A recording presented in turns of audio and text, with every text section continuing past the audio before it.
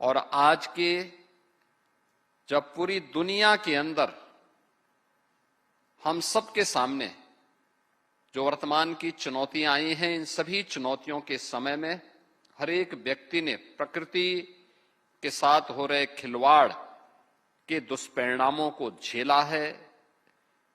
उस चुनौती का सामना वह कर रहा है और इन्हीं सब चुनौतियों के बारे में हमारे ऋषियों ने हमें एक बात कही थी। उनका उद्घोष था कि धरती हमारी माता है, हम सब इसके पुत्र हैं।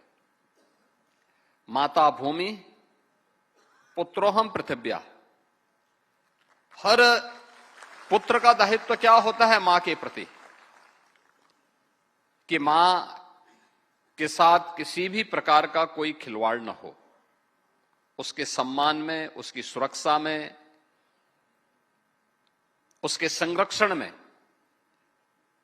और मुझे लगता है कि दुनिया भर के हर एक नागरिक को इस बात को सोचना चाहिए कि उसके स्तर पर किए जाने वाले प्रयास में कहां चूक हुई है कि आज जो वैदिक कालीन सभ्यता इस बात का उद्घोष करती थी, आज वहां पर आप देख रहे होंगे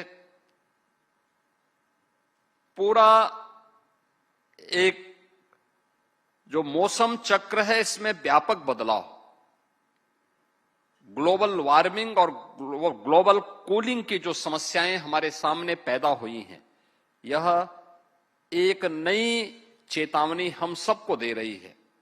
और उन स्थितियों में जो भारत की ऋषि परंपरा ने सदैव हमें इस बारे में कहा है, जिसके बारे में हमारे राज्य मंत्री ने भी इस बारे में चर्चा की थी कि 10 कूप समावापी 10 वापी समो हृदय, 10 हृदय समम पुत्रो 10 पुत्र समो ड्रुमा।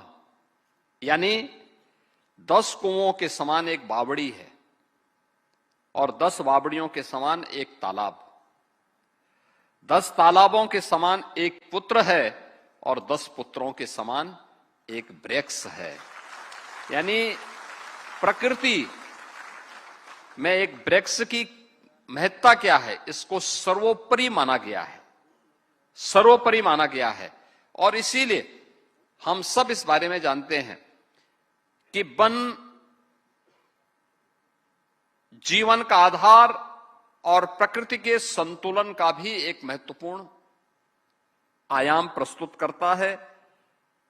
यदि वन है तो जल है, जल है और वन है तो वायु है, और अगर वायु है तो जीवन है। यानी जीवन की कल्पना इसके बगैर नहीं कर सकती है। और इसीलिए वैश्विक दृष्टिकोण और थीम को ध्यान में रखते हुए हम सब ने भी इस बार जो अपनी इस वर्ष की थीम रखी है, फॉरेस्ट एंड इकोनॉमिक्स, यह थीम दिखाती है कि हमें पारिस्थितिकी संतुलन को बनाए रखने के लिए वनों से आर्थिक विकास और उससे मानव कल्याण के लिए कैसे हम उसको बेहतरीन तरीके से आगे बढ़ा सकते हैं, यह हम सबकी वर्तमान की जो चुनौतियां हैं उसी थीम के अनुरूप यह हम सबको अपनी कार्य योजना प्रस्तुत करनी होंगी।